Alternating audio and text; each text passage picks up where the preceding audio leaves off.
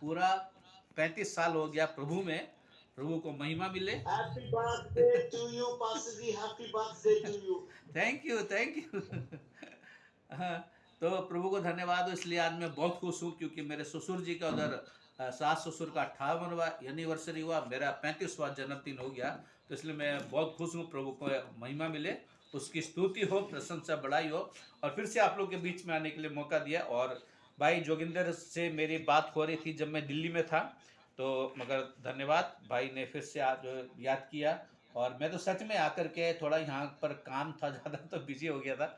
तो बहुत बहुत धन्यवाद जोगिंदर भाई, आपने याद किया। और आप लोग फिर से अगर टाइम निकालेंगे, जो दिन हमको देना चाहेंगे हम ले सकते हैं, और फिर हम लगातार उसमें स्टडी करेंगे। तो आप सबको फिर से एक बार जय मसीह की। आइए हम छोटी सी प्रार्थना करेंगे, फिर हम लोग वचन में जाएंगे। प्यारे प्रभु जी, हम एक बार फिर से आपका धन्यवाद करते हैं आज के इस शाम के वक्त में जो कि आपने दिया कि प्रभु हमारे भाइयों बहनों के बीच में फिर से प्रभु तूने मुझको आने के लिए मौका दिया। और धन्यवाद देता हूँ प्यारे मुझे, हमारे सारे भाइयों बहनों को आपने संभाल के रखा प्रभु, और हर एक दुख तकलीफ से, बीमारी खतरों से बचाया प्रभु जी। जो भी इन दिनों में प्रभु जी उतार चढ़ाव आए उसमें भी संभाला, इसके लिए भी धन्यवाद देते हैं प्रभु। और आज जबकि फिर से प्रभु जी हम लोग आपके वचन में, मैं भी प्रभु जी शामिल हुआ हूँ प्रभु, सहायता कर, मदद कर कि वचन का बोलने वाला मैं नहीं, आपका पवित्र आत्मा होने पाए प्रभु। और प्रभु हमारे सारे भाइयों बहनों को जहाँ पर भी है प्रभु, जिस भी जगह में प्रभु, जिस भी राज्य में, पिता परमेश्वर अपने पवित्र आत्मा का अभिषेक दीजिए। और जितने भी बीमार भाइयों बहनों के लिए प्रार्थना हुई है प्रभु जी, जितने के लिए पढ़ाई के लिए, कोर्स के लिए प्रार्थना हुई प्रभु, उसमें आशीष दीजिए, ताकि पिता परमेश्वर सब लोग प्रभु जी आप में खुश खरम पाए जाए, आप में तंदुरुस्त पाए जाए प्रभु जी। जो भी बीमारी है उसको अपना सीधा हाथ बढ़ा के छू के चंगाई दीजिए प्रभु, ताकि आपके नाम को महिमा मिल सके। आप बढ़े और हम लोग घटे प्रभु। जो भी हम थोड़ी देर आपके वचन को देखते प्रभु जी, उसमें प्रभु आप हमारी सहायता कीजिए। जो वचन आपने मेरे मन में डाला प्रभु, होने दीजिए प्रभु, उनसे, उन वचनों से प्रभु मुझसे भी बात कीजिए और हमारे सारे भाई बहनों से, ताकि प्रभु जी आपकी महिमा हो सके। जिस मकसद से आपने बुलाया वो मकसद पूरा हो। हर एक चीज को आपके हाथों में सौंपते हुए इस विनती को पिताजी, आपके इकलौते पुत्र अपने उद्धार करता प्रभु यीशु मसीह नासरी के नाम से मांगते सुनिए, और स्वर्ग राज्य में दया से ग्रहण कीजिए। आमीन, आमीन। एक बार फिर से आप सबको जय मसीह की। Amen. Amen. आज का हमारा जो विषय है वो है क्षमा। तो आइए हम लोग बाइबल से कुछ पदों को देखेंगे कि परमेश्वर का वचन हमको क्षमा के विषय में क्या सिखाता है। यहाँ पर हम लोग सबसे पहले निकालेंगे लूका रचित सुसमाचार, उसका 23 अध्याय और उसका 34 पद। लूका 23 अध्याय उसका 34 पद।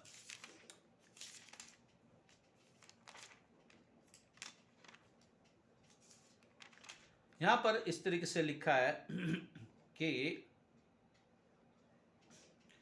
यीशु मसीह जब क्रूस पे थे, दुख में थे, तकलीफ में थे, उनके हाथों पैरों में कीलें ठोकी गई थी, उनके सिर पे कांटों का मुकुट था। सोचिए जरा, एक इस तस्वीर को अपने सामने रखिए। उनको रात भर भूखा रखा गया था, उनके ऊपर में मुकदमा चला, उनको उनके ऊपर में झूठे दोष लगाए गए, और झूठा मुकदमा में दोषी ठहरा के उनको उन्होंने क्रूस पे चला दिया। और जब यीशु मसीह क्रूस पे थे तो उन्होंने सबसे पहली प्रार्थना यही की, हे पिता इन्हें क्षमा कर, हे पिता इन्हें क्षमा कर, क्योंकि ये नहीं जानते कि क्या कर रहे हैं। ठीक है ना। यीशु मसीह ने उनके लिए ही नहीं, पूरे मनुष्य जाति के लिए यीशु मसीह ने प्रार्थना की, ये नहीं जानते कि क्या कर रहे हैं।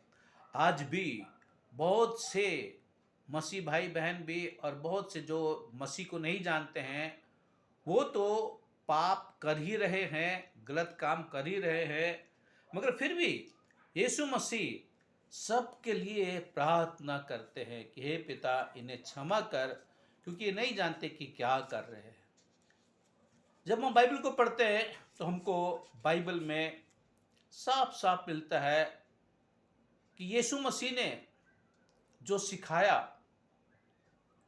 उसको उन्होंने किया।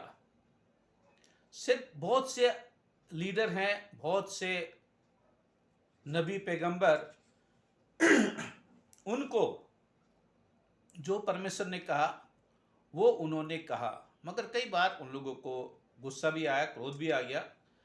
मगर यीशु मसीह यहाँ पर जब हम और आगे बाइबल में पढ़ते हैं, देखते हैं, तो यीशु मसीह ने इसके विषय में शिक्षा दी थी और वो हमको मिलता है मत्ती रचित सुसमाचार, और उसका जब हम 5 अध्याय का 43 से 44 पढ़ते हैं तो देखिए यीशु मसीह ने क्या शिक्षा दी थी। यहां लिखा है मत्ती 5 अध्याय 43 से 44, तुम सुन चुके हो कि कहा गया था, अपने पड़ोसी से प्रेम रखना और अपने बैरी से बैर। परंतु मैं तुमसे ये कहता हूं कि अपने बैरियों से प्रेम रखो और अपने सताने वालों के लिए प्रार्थना करो। देखिए यीशु मसीह ने कहा, शिक्षा दी, और उसको अपने जीवन में यीशु मसीह ने लागू किया। क्रूस पे दुख में है, तकलीफ में है, और सारे वहां पर उनके बैरी खड़े हुए, शत्रु खड़े हुए हैं, ठट्ठों में उड़ा रहे हैं कि हे परम प्रधान के पुत्र, अगर तू परम प्रधान का पुत्र तो उतर के आ। डाकू बगल में है, वो कहता कि अगर तू परमेश्वर का पुत्र है, अगर तू मसीहा है तो खुद भी बच और हमको भी बचा ले। ठट्ठा कर रहे हैं।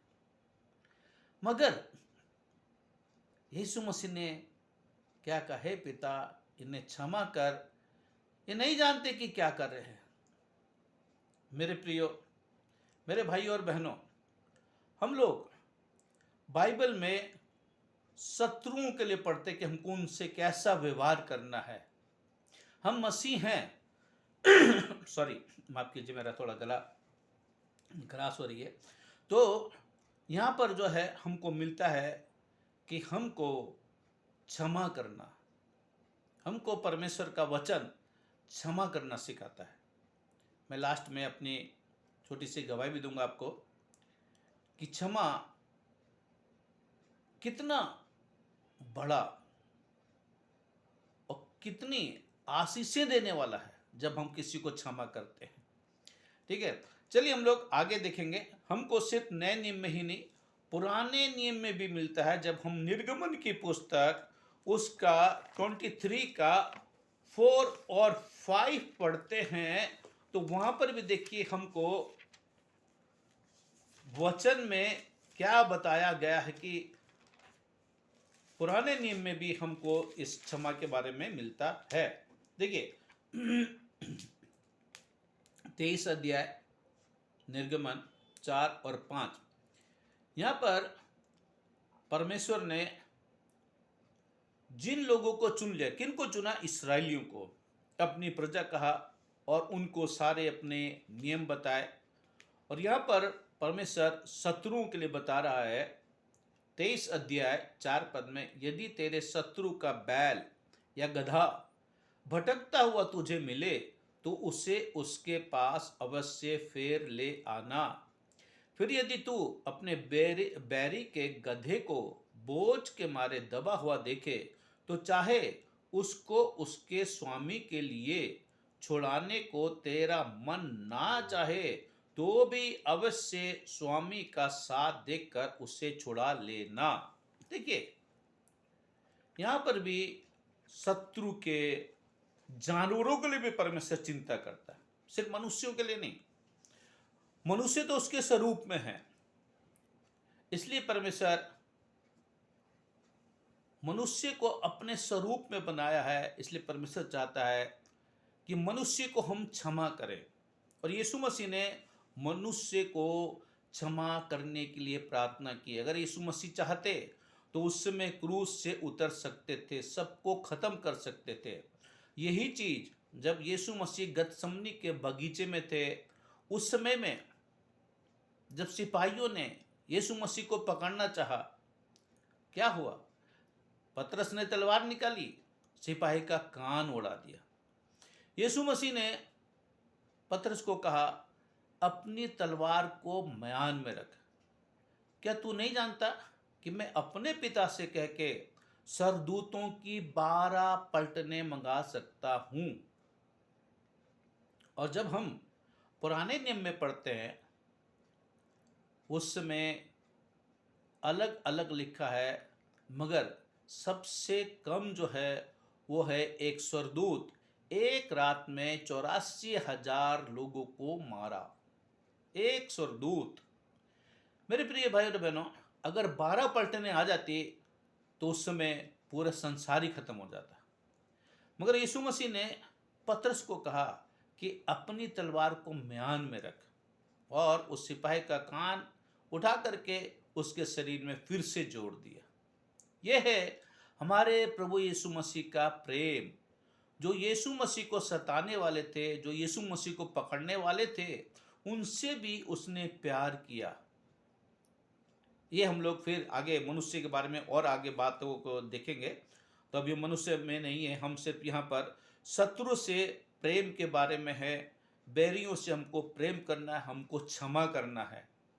फिर आगे जब हम लोग और शत्रु के बारे में पढ़ते हैं तो हमको नीति वचन उसका 25 का 21 और 22 में भी मिलता है कि वहाँ पर अगर हम उनके साथ अच्छा व्यवहार करते हैं तो हम क्या कर रहे हैं। ठीक है ना? ये बाइबल हमको यहाँ पर साफ बताती है कि हमको कैसा किसके साथ व्यवहार करने की जरूरत है। 25 अध्याय उसका 21 और 22 पद यहाँ पर लिखा है, यदि तेरा बैरी भूखा हो तो उसको रोटी खिलाना, और यदि वो प्यासा हो तो उसे पानी पिलाना। ठीक है? और 22 में लिखा है, क्योंकि इस रीति से तू उसके सिर पर अंगारे डालेगा और यहोवा तुझे इसका फल देगा। मेरे प्रियो, हमको पलटा लेने के लिए मना किया गया है। कई लोग आज पलटा लेना चाहते हैं, क्षमा नहीं करना चाहते हैं। मगर बाइबल हमको क्या बता रही है कि अगर हम हमारा बैरी, हमारा शत्रु अगर भूखा है तो उसको अगर हम खिलाते हैं, उसको पिलाते हैं, तो हम क्या कर रहे हैं? हम ये जो 22 पद में लिखा, क्योंकि इस रीति तू उसके सिर पर अंगारे डालेगा। अंगारे डालने का मतलब नहीं कि हम उसके सिर पे आग डाल रहे हैं। अंगारे का मतलब है कि वो शर्मिंदा हो जाएगा, और जो आज आपका शत्रु है कल वो आपका मित्र बन जाएगा, आपका दोस्त बन जाएगा। इसलिए यीशु मसीह ने यहाँ पर मनुष्यों को, हम सबको, खासकर मसीहों को ये सिखाया है कि हम अपने शत्रुओं को, अपने दुश्मनों को माफ करें, क्षमा करें उनको। क्यों? क्योंकि परमेश्वर ने मनुष्य को अपने स्वरूप में बनाया। परमेश्वर नहीं चाहता कि कोई भी इंसान नाश हो जाए। परमेश्वर चाहता हर एक इंसान बचाया जाए। मेरे प्रिय भाई और बहनों, जब हम ऐसा करेंगे तो जैसा मत्ती रचित सुसमाचार में भी लिखा है कि हमको एक दूसरे के ऊपर दया करनी है।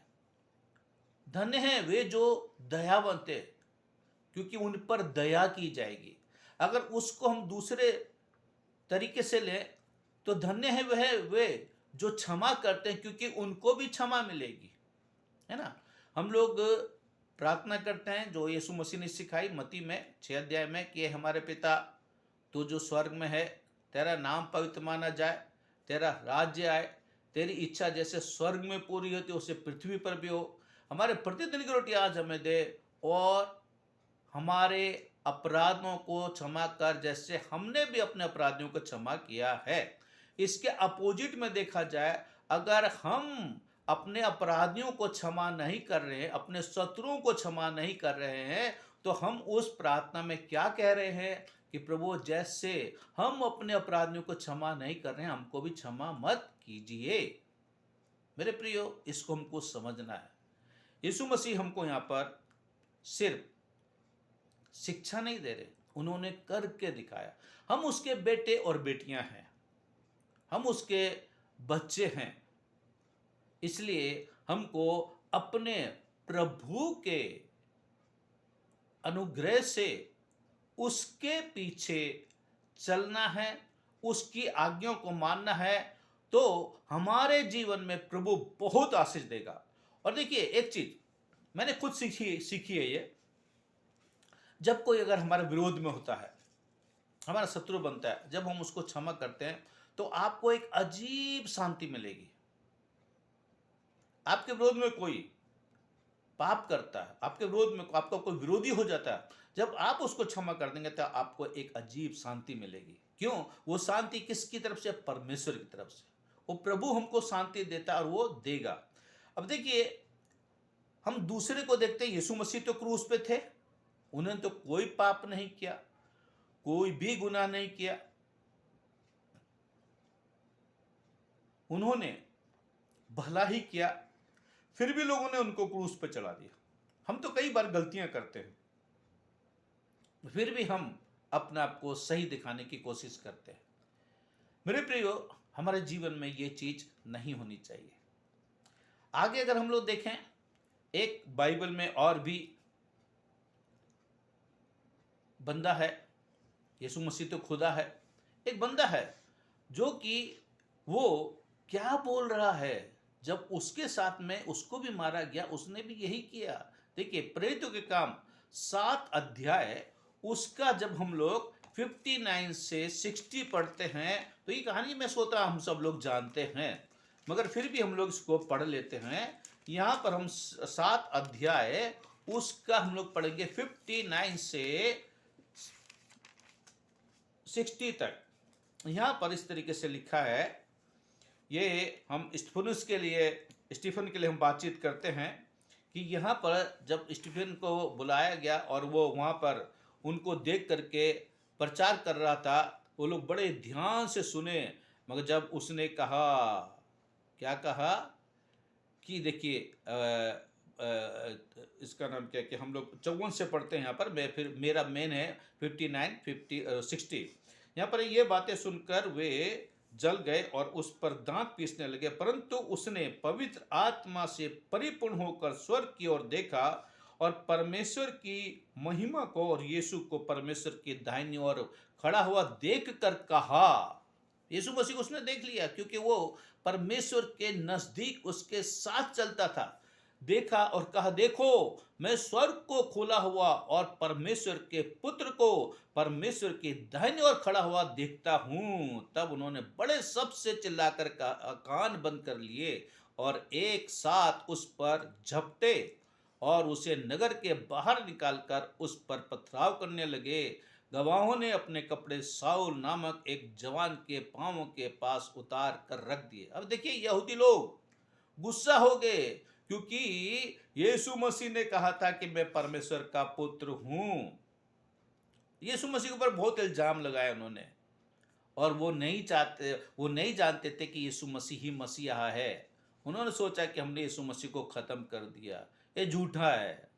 कई बार यीशु मसीह के ऊपर इल्जाम लगाए गए, और जब स्टीफन जो वहां पर है वो खड़ा होकर देख रहा है, और वो जब ये गवाही दे रहा है कि मैं क्या कर रहा हूँ, परमेश्वर के उसने दाहिनी ओर देखा, और ये क्या कहता है कि मैंने उस यीशु मसीह को परमेश्वर की दाहिनी ओर देखा है।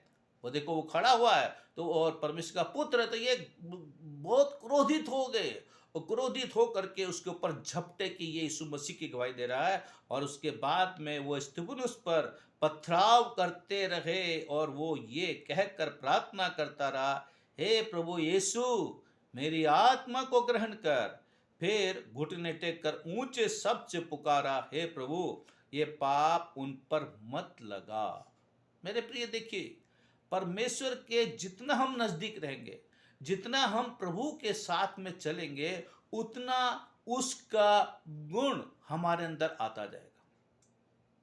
कहते हैं ना, चोर की संगति करोगे तो चोर ही बन जाओगे, अच्छे लोगों की संगति करोगे, संत लोगों की संगति करेंगे तो संत बन जाएंगे, है ना। तो जितना हम यीशु मसीह के साथ में प्रार्थना में जीवन बिताएंगे, वचन को पढ़ने में जीवन बिताएंगे, उपवास में रखेंगे और हम प्रभु के रास्ते पर चलते हुए भलाई करते रहेंगे, तो धीरे धीरे धीरे धीरे हमारे जीवन में वो गुण आ जाएंगे। और स्टीफन जो था उसने क्या कहा आखिर में, हे प्रभु ये पाप उन पर मत लगा, और ये कहकर वो सो गया, मरा नहीं, सो गया।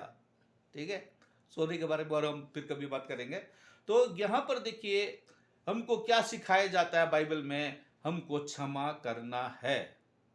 ठीक है, नहीं तो मर रहा था, वो क्या कहता, प्रभु मैं देख बिल्कुल सही हूं, मैंने तुझको देखा है, और देख ये लोग मुझको मार रहे हैं, ये बोल सकता था, मगर वो ये नहीं बोला। पत्थर मारे, पत्थर, बड़े बड़े पत्थर मारे, उसके कहाँ कहाँ लगे होंगे उसके शरीर में, फिर भी वो घुटने देख करके ही बोला, प्रभु इनको ये पाप इनके ऊपर में मत लगा। मेरे प्रियो, हमारा स्वभाव भी वैसा ही होना चाहिए। हम प्रभु के बच्चे हैं, हम प्रभु के बच्चे हैं, वो हमारा पिता है और वो चाहता है कि हम उसकी आज्ञा को माने, उसके अनुसार चले, उसकी इच्छा को पूरा करें। ठीक है, अब देखिए जब हम लोग रोमियो उसका जब हम लोग 12 का उसका भी जब हम आखिरी पद पढ़ते हैं तो वहां पर देखिए हमको क्या मिलता है। रोमियो की पत्री उसका 12 अध्याय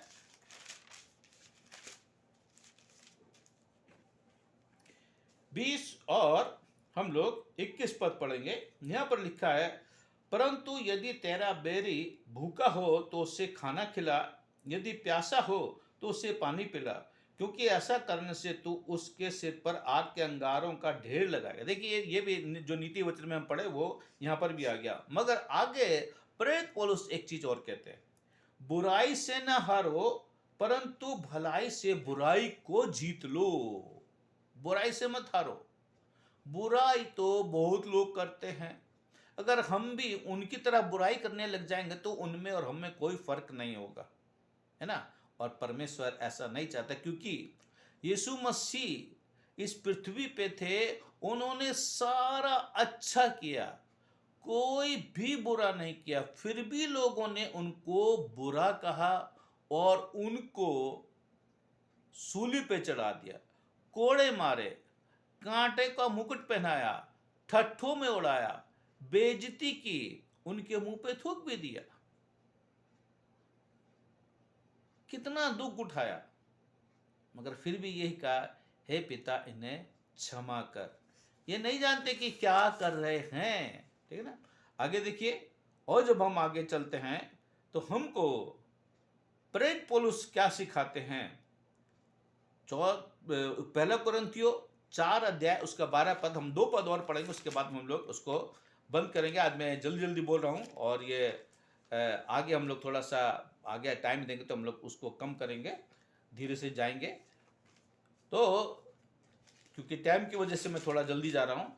हम लोग देखेंगे पहला कुरिन्थियों 4 अध्याय और उसका यहाँ पर प्रेरित पौलुस को भी सताया गया, और प्रेरित पौलुस के बारे तो जो हम लोग बाइबल पढ़ते हैं हम लोग अच्छे से जानते हैं कि उनको कितना सताया गया, उनके भी कोड़े मारे, उनको भी पथरवाह किया गया, समुद्र में भी, उपवास में भी, कहाँ कहाँ वो गए, और सांप भी उनके हाथ में लटक गया, उन्होंने झटका दे दिया। ठीक है, देखिए यहाँ पर पहला कुरिन्थियों उसका 4 का हम लोग 12 पद पढ़ते हैं तो यहाँ पर हमको क्या मिलता है। प्रेरित पौलुस क्या कह रहे हैं, और अपने ही हाथों से काम करके परिश्रम करते हैं, लोग हमें बुरा कहते हैं, हम आशीष देते हैं, वो सताते हैं, हम सहते हैं।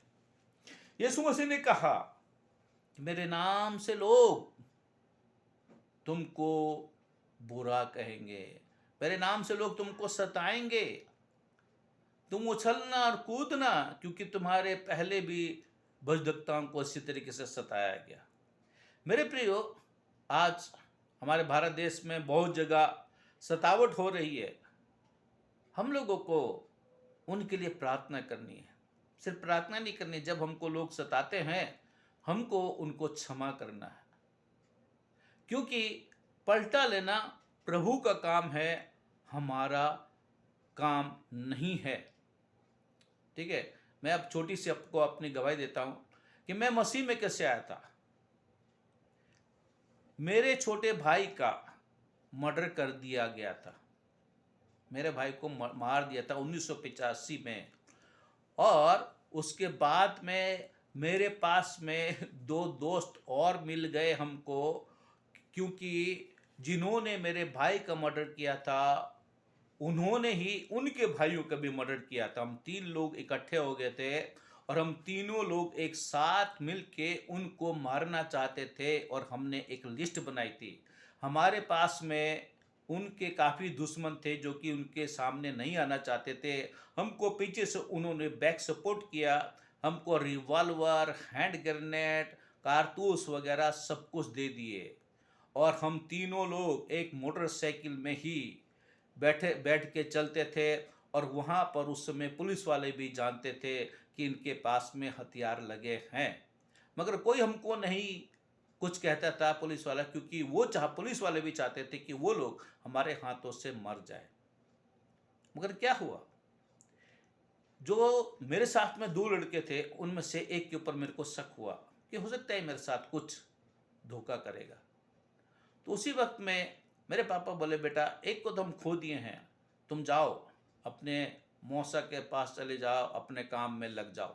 क्योंकि उस वक्त में मैं ठेकेदारी करता था। हम लोग बड़े बड़े नदियों को जो काट के नहरें बनाते थे, डैम बनाते थे, बाईपास बनाते थे, और नीचे पावर हाउस, वो काम हम करते थे। बहुत पैसा था। मेरे पापा ने जब कहा कि बेटा जाओ, मेरे को उस लड़के के ऊपर शक भी हुआ और मैं चला गया, और ये शक मेरा बिल्कुल सही निकला।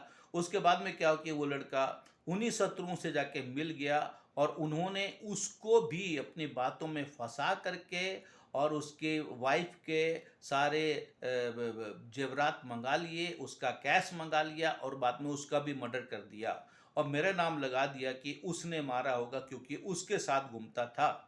मगर क्या है, पुलिस वालों ने जब देखा कि गांव में मैं 3 महीने से नहीं था मैं, तो उन्होंने फिर उन्हीं को पकड़ा, और जब उनकी पिटाई की तो उन्होंने बताया कि हाँ हमने कहाँ पर उसकी लाश छिपाई है। फिर उनको पकड़े, फिर बंद कर दिया गया। तो मुझको फिर उस गुस्सा में, ठीक है अच्छा कोई बात नहीं, अभी हम ऐसे नहीं करेंगे। मेरे पास में तो वहाँ पर ठेकेदारी में बहुत पैसा था। उस समय में मसीह नहीं था, तो उस समय मैंने कहा ठीक है, मैं इनके लिए अपने यहाँ से पैसा कमा के किसी को सुपारी देकर इनको मरवाऊंगा, किसी दूसरे बदमाश से। मगर एक दिन अचानक से मेरे मौसा ने कहा, बेटा मौसी के पास जाओ, किसी काम से भेजे। मैं जब वहाँ पर गया तो मैंने क्या देखा, घर में ताला लगा है, मौसी नहीं है, बच्चे नहीं है। बगल में देखा तो वहाँ पर एक घर में देखा, मतलब कि ऐसे बरामदे से देखा तो खिड़की से साफ दिखाई दिया कि मेरी मौसी और वहाँ पर बच्चे बैठे हैं। मैं जैसे ही गया, जैसे ही दरवाजे के चौखट पे पैर रखा, तो मैंने अंदर सोफे पे एक बुजुर्ग को बैठे देखा, और वहाँ पर काफ़ी भीड़ थी, वहाँ पर प्रार्थना हो रही थी। और वो जो बुजुर्ग थे, सफ़ेद दाढ़ी थी उनकी, लंबी दाढ़ी, सफ़ेद सफ़ेद बाल थे, लंबे लंबे सफ़ेद बाल, पूरा चौगा सफ़ेद था। और वो सोफे पे बैठ के व्यवस्था विवरण 32 अध्याय 35 पद से बोल रहे थे कि प्रभु कहता है पलटा लेना मेरा काम है। मेरे को बहुत अच्छा वचन लगा वो। मैं भी वहाँ जाके बैठ गया, और जब वहाँ पर प्रेयर हो गया, प्रार्थना हो गया, तब मैं पूछा, उनको बाबा बोलते तो उनका नाम जॉन था, वही पंजाब सरदार जी थे। पहले वो मिलिट्री में कर्नल थे, और उसके बाद में उनके पास में जब सुसमाचार पहुंचा तो उन्होंने अपनी जो जॉब से रिजाइन करके ऐसे ही घूम घूम के प्रभु का प्रचार करते थे। और मैं उनसे पूछा, बाबा जॉन हमारा पलटा कौन लेगा? तो बोले कि यीशु मसीह। मैंने यीशु मसीह को तो हम मानते हैं, मगर जानते मेरे मन में क्या आया? मेरे मन में आया, अगर यीशु मसीह वाकई में जिंदा है, पलटा लेते हैं, तो जिसने मेरे भाई का मर्डर किया अगर वो 1 महीने के अंदर मर जाएगा तो मैं यीशु मसीह को मानूंगा। जानते हैं 1 महीना नहीं हुआ था, 15 ही दिन में वो बंदा मेरठ शहर में डकैती डाल के भाग रहा था, क्योंकि तो बदमाश था, और पीछे पुलिस थी, आगे से ट्रक आके उसका ट्रक में से टक्कर वो उसका सिर ट्रक के पहिए के नीचे आ गया, उसका चप्पू हो गया, क्या कहेंगे, पिचक गया पूरा। मैं बहुत खुश हो गया, मैंने हाँ यीशु मसीह है। यीशु मसीह है, यीशु मसीह को माने। तब वहाँ से फिर मैं बाइबल पढ़ा, और बाइबल पढ़ते पढ़ते जब ये मत्ती रचित सुसमाचार उसका जब मैं पढ़ा 5 अध्याय का 43 44, तो बड़ा दुख हुआ कि नहीं, मैंने मुझको ऐसे बदला नहीं लेना था, मुझको तो क्षमा करना था, क्योंकि पलटा लेना भी प्रभु का काम है और क्षमा भी वो करता है। मगर जब हम उसके बनते हैं, उसके बेटे और बेटियां हैं, हमको भी लोगों को क्षमा करना है।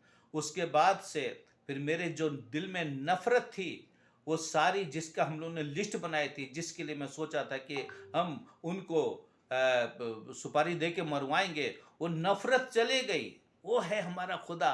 उस समय से मेरे मन में जो शांति आई, मेरे प्रियो, वो शांति आज भी है। और आज भी दीपू मसीह यहाँ पर जुड़े हैं। दीपू मसीह जानता है कि यहाँ पर कई बार मेरे साथ बहुत कुछ हुआ है, मगर मेरे पास में एक ही चीज़ है, वो है क्षमा। क्यों? क्योंकि मेरे प्रभु ने क्षमा किया। क्या हमसे पाप नहीं होता? हम रोज पाप करते हैं, हमसे रोज गुनाह होता है। इसलिए मेरे प्रिय भाई और बहनों, जैसे हमारे यीशु मसीह ने क्षमा किया, हमको भी एक दूसरे को क्षमा करना है। प्रभु आप सबको इन वचनों के द्वारा, इस छोटी सी गवाही के द्वारा आशीष दे। और जब जोगिंदर भाई, अर्जुन भाई तो नहीं दिख रहे हैं, अगर मौका देंगे तो फिर आने वाले दिन में हम लोग और देखेंगे। तो प्रभु आप सबको आशीष दे। सबको जय मसीह की। Thank you so much, Pastor Yakub Masih ji, thank you so much। और समाज के बारे में आपने बहुत अच्छा एक्सप्लेन किया। और मैं एक